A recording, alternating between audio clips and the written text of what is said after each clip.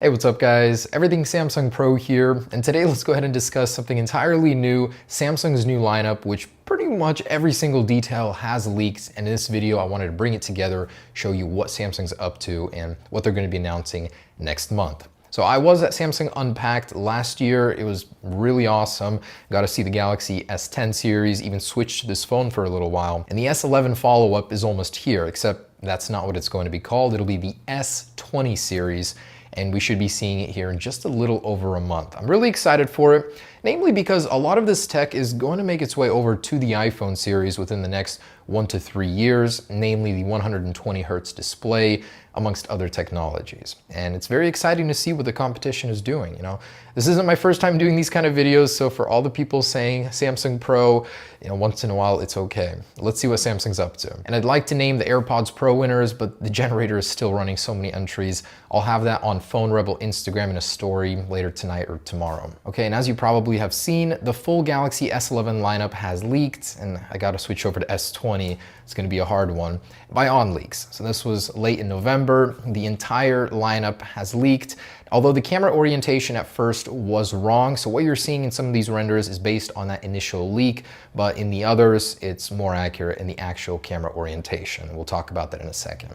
But overall, the design remains mostly the same. The back of the phone, the glass actually swoops in a little tighter, closer to the screen. It's not a waterfall display, which is a big plus. A lot of people don't like those in actual usability. They look good, but they're not necessarily easier to use. The frame itself is a little bit thinner, takes inspiration from the Note 10 around the buttons. I like it, looks sleek. These phones always look more futuristic, a little bit thinner, a little bit sleeker than Apple's. The chin area has dropped down further, and the camera is now positioned directly in the center, like on the Galaxy Note series, with a smaller pinhole camera. Okay, so let me explain this naming and why it actually makes sense. Apple is doing something very similar with their lineup. So the Galaxy S10e is succeeded by the Galaxy S20. The S10 standard version is succeeded by the S20 Plus now, and the S10 Plus will be replaced by the S20 Ultra.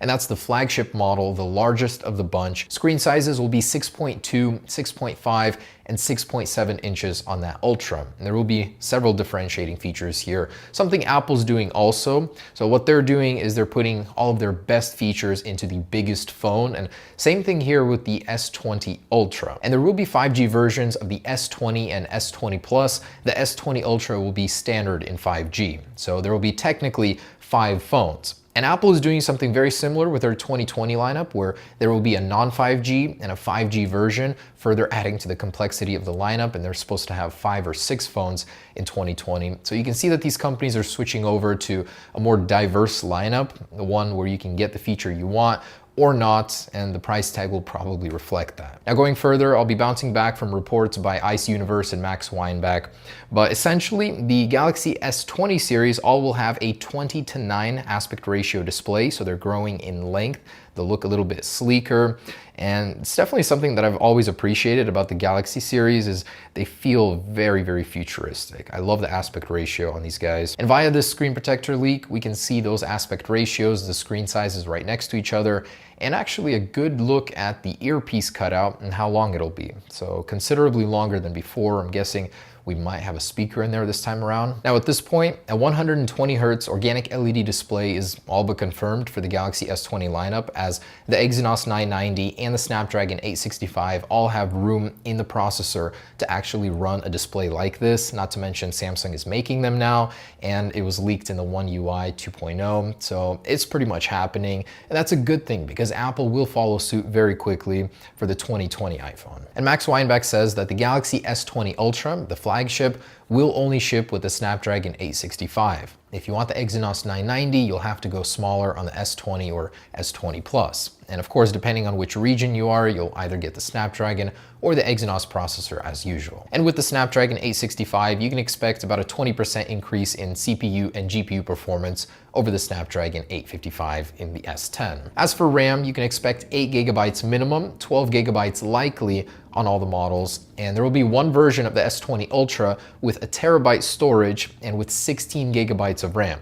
By the way, all of the storage on the Galaxy S20 series will be Universal Flat Storage 3.0, so the fastest storage you can get in a smartphone today. Now, to compensate for that 120 Hz refresh rate display, Samsung will be launching massive batteries in the Galaxy S20 series. So an actual leak shows a 5,000 milliamp capacity on a battery destined for the S20 Ultra. Definitely makes sense. Both Apple and Samsung will be upgrading their batteries in order to make room for that 120 Hz battery hog. And also in a report by The Elec, one I mentioned in an earlier iPhone leaks video, is that the Galaxy lineup this year will all be using new battery protection modules, same as the 2020 iPhones. They take up less space inside of the phone, allowing for that massive 5,000 milliamp battery on the S20 Ultra. As for charging capability, it's rumored the Ultra will be capable of 45-watt wired charging with 25-watt wired charging on the other models, and a reverse wireless charging on the back capable of 15 watts. That's higher than the current 9 watts available. And wireless charging is to be 18 watts capable. As for the fingerprint sensor, it'll still be using the same technology, ultrasonic, but now Samsung has partnered with Qualcomm to include a larger sensor that'll be 25% of the screen size, not only faster, but also more secure. So that's always a good thing to see improvement in many areas. I did think the spot was too small. Now it'll be a little bit more comfortable not having to press into the exact same spot on the screen every single time. Oh, and also the S10e replacement, the S20, will no longer have a fingerprint sensor on the side in the button. It'll now be in the screen as well. So more standard features for the entry-level model. Okay, now we get to the good stuff, good but crazy, the lens and camera capability of the Samsung Galaxy S20 series.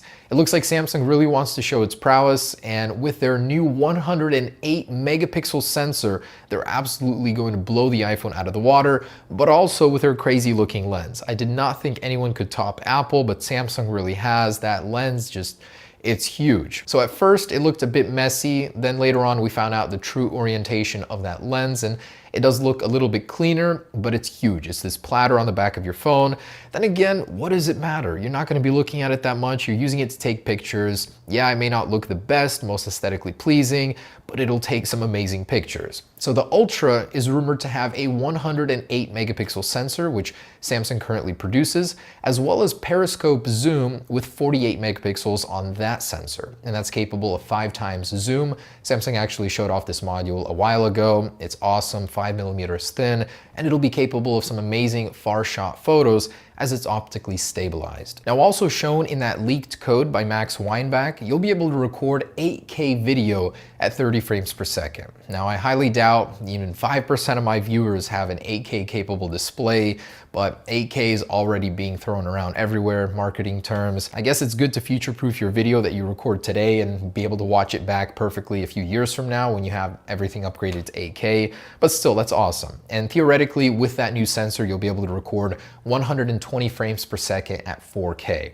That's crazy. Oh, and that 48 megapixel periscope zoom will be called Space Zoom, and it'll be available on the Ultra, of course, and possibly on the standard S20 Plus, not the S20. And there are a host of other features that Samsung is adding in conjunction with all of these hardware changes, most of them focused on the camera, of course, as that'll be the primary selling point of Samsung's phones this year.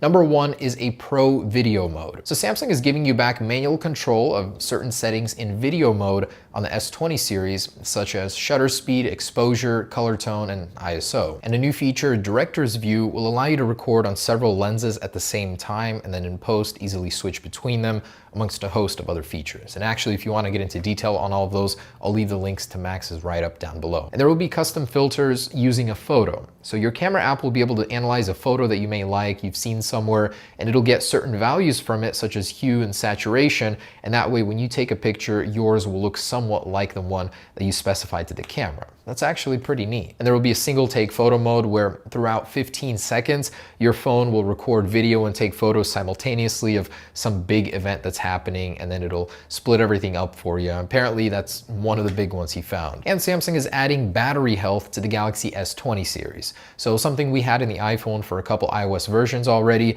Essentially, you'll be able to monitor your battery health, know when it's time for a replacement, and see ways to optimize and keep it lasting longer. Also, the S20 lineup will have super steady optical image stabilization, which is supposedly the best in class, and so far there's no phone better than what the Galaxy S20 can do stabilization-wise. And earlier today, the Galaxy Note 10 and S10 Lite were released. They also feature that square lens on the back, a little teaser before the S20 series gets released, and then of course the center mounted hole punch display. As for announcement date, we're looking at February 18th, possibly the 11th, but more than likely the 18th. I hope to be there reporting on the Galaxy S20 series, and I hope that this will be our first phone we release the Phone Rebel case for eventually after release. Thanks for watching, guys. Stay tuned. I'll have those giveaway winners tonight on Phone Rebel. Hope you guys enjoyed it. Peace.